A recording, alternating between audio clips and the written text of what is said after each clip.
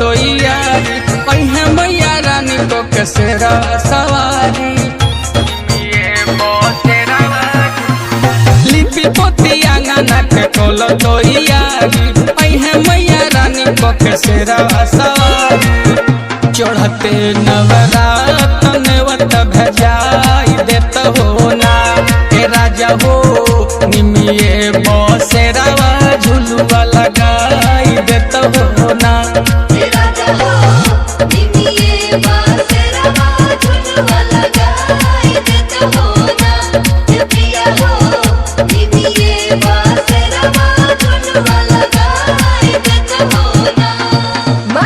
Recording studio Delhi.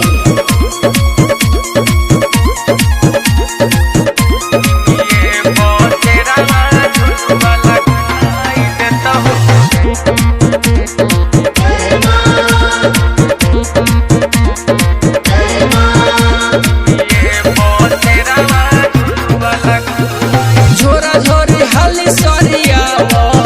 काला साहब हम किन के ले याद नौवा से हम के पलौआ ओही के मंगवा दी झोरा झोरी हाली सरिया काला साहब हम किन के ले याद नौवा से हम के पलौआ ओही के मंगवा दी लाल चटकार चुनरी ले याद तो हो ना राजा हो निमिये बसेरावा झुलुआ लगाई देत हो ना